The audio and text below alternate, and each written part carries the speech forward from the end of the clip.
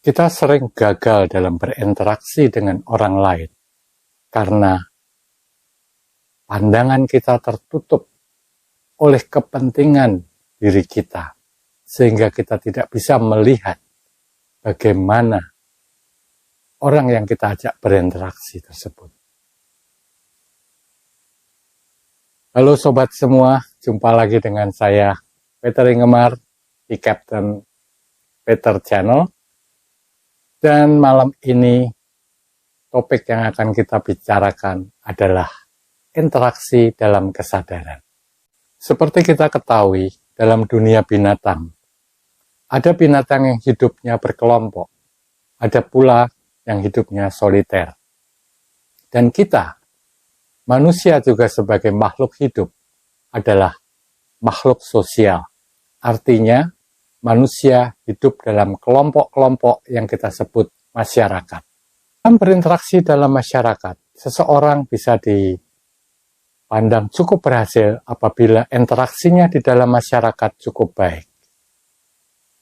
Dan dalam berinteraksi di dalam masyarakat dengan manusia lainnya, kita menggunakan rasa kita. Apabila kita berinteraksi dengan benar, maka rasanya enak. Namun apabila kita berinteraksi dengan tidak benar, maka rasanya tidak enak. Mengapa kita sering salah dalam berinteraksi? Yaitu dengan timbulnya rasa yang tidak enak pada waktu kita berinteraksi atau berhubungan dengan orang lain. Hal ini dikarenakan kita tidak mengerti tabiat, karakter, watak dari orang yang kita ajak berinteraksi. Dikarenakan pada waktu kita berinteraksi timbul motif, yaitu kepentingan diri yang menutup pandangan kita. Kita tidak akan bisa mengetahui orang lain atau melihat, merasakan orang lain pada waktu kita berpikir mengenai kepentingan diri kita. Sehingga kita tidak mengetahui bagaimana kita harus bersikap, karena kita tidak mengetahui tabiat, karakter, atau watak dari orang yang kita ajak berinteraksi. Dengan demikian, maka timbullah kesalahan dalam berinteraksi. Kesalahan tadi bisa berupa kesalahpahaman, gesekan, permusuhan, dan lain sebagainya. Dan ini menimbulkan rasa yang tidak enak. Saya kira kita harus mempunyai wawasan bagaimana kita seharusnya berinteraksi dengan orang, sehingga kita bisa memonitor, kita bisa mengawasi kapan kepentingan-kepentingan diri ini muncul, sehingga menyebabkan rusaknya interaksi, ketidakhangatan, ketidaktulusan manusia dalam berinteraksi.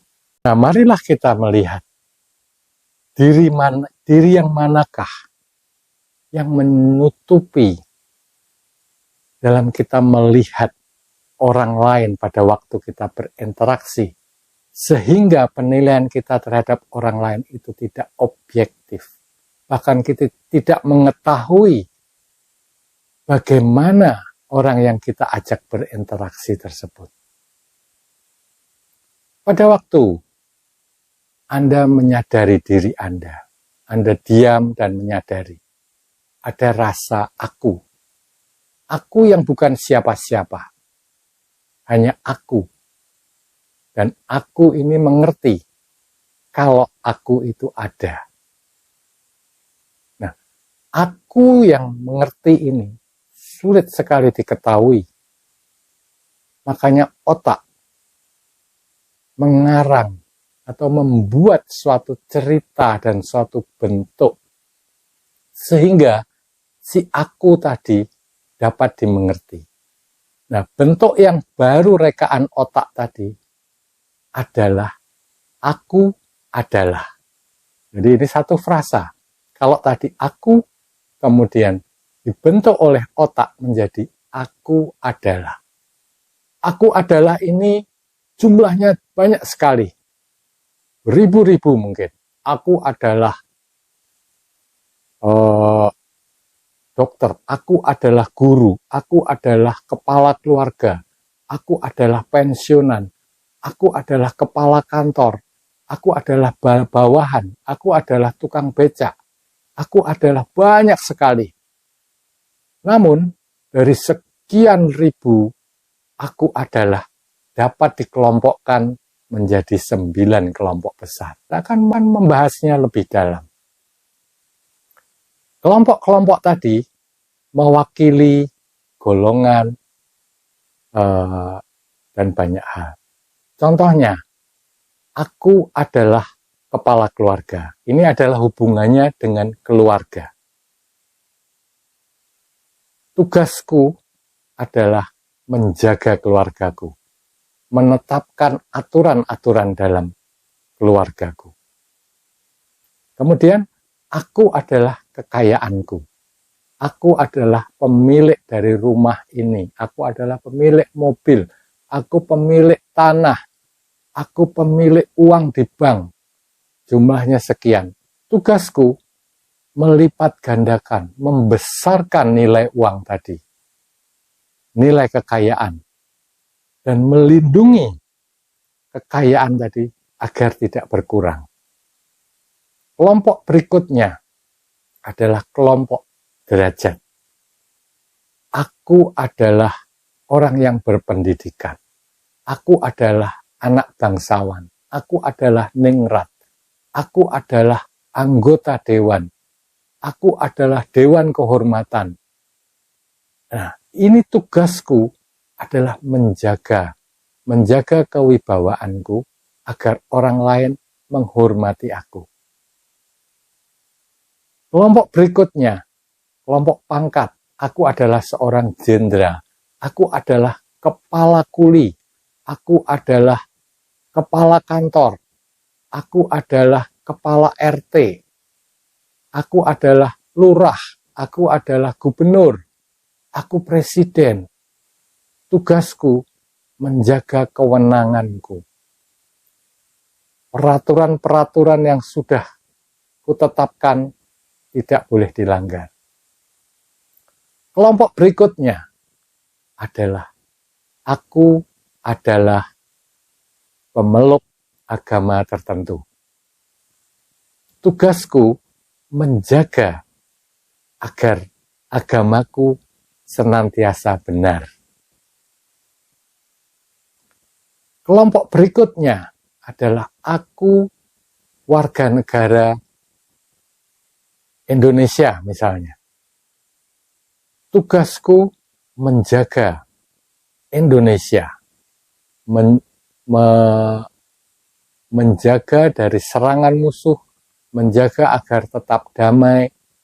Itu adalah tugasku sebagai warga negara. Kelompok berikutnya, aku adalah anggota kelompok tertentu atau golongan. Aku adalah anggota partai misalnya. Aku adalah anggota dari suatu perkumpulan, klub olahraga, dan segala macam. Tugasku adalah menjaga agar perkumpulanku, kelompokku menjadi yang terbaik. Berikutnya, aku adalah bagian dari profesionalisme atau keahlian tertentu. Misalnya aku adalah seorang dokter, aku adalah seorang insinyur, aku adalah arsitek, aku adalah nakhoda, aku adalah captain pilot, aku adalah olahragawan. Ini adalah satu kelompok-kelompok profesionalisme. Tujuanku menjaga bahwa profesionalismeku menjadi tetap baik di mata masyarakat orang lain. Kelompok berikutnya adalah rasa hidup. Ini adalah empati kita terhadap sesama manusia. Tugasku adalah menjaga kelangsungan umat manusia. Nah, ini adalah 9 kelompok-kelompok yang besar. Kelompok tadi adalah rekaan otak. Rekaan otak supaya bisa mengerti aku yang ada. Direka oleh otak menjadi aku adalah, yang merupakan peran dan fungsi. Nah, aku dan adalah ini harus tetap hidup sebagai kita, sebagai aku. Nah, dia akan bisa tetap hidup kalau kita bisa memberinya makanan atau perhatian yang berupa kepentingan. Maka setiap bagian dari diri kita atau dari pribadi kita harus dibuat penting. Apabila kita berinteraksi dengan orang lain, maka akan kelihatan bahwa apa kepentingan setiap pribadi kita. Sehingga kepentingan-kepentingan inilah yang kita dahulukan, inilah yang kita jadikan prioritas pertama dalam berhubungan dengan orang. Sehingga dalam kita berhubungan itu terlihat sekali apa motivasi kita. Kita tidak berhubungan secara natural. Kita tidak hangat dalam berhubungan. Kita selalu mempunyai ego, kepentingan diri. Nah, motivasi ini, itulah yang selalu membuat kita salah mengerti. Seperti contohnya waktu kita berhubungan dengan benda mati misalnya.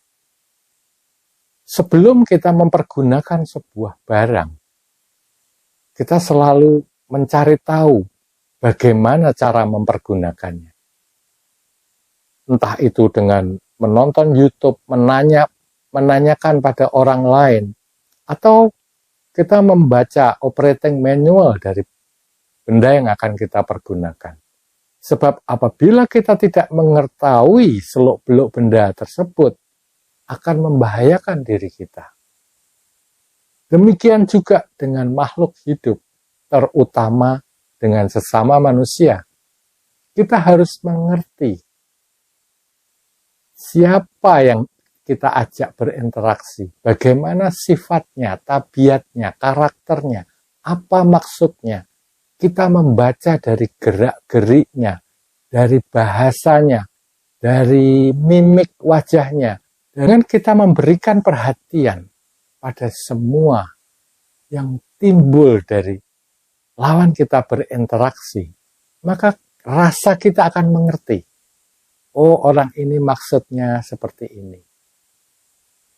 Dengan tidak ada motif yang timbul dari pikiran kita, maka kita akan secara jelas mengetahui bagaimana seharusnya kita berinteraksi.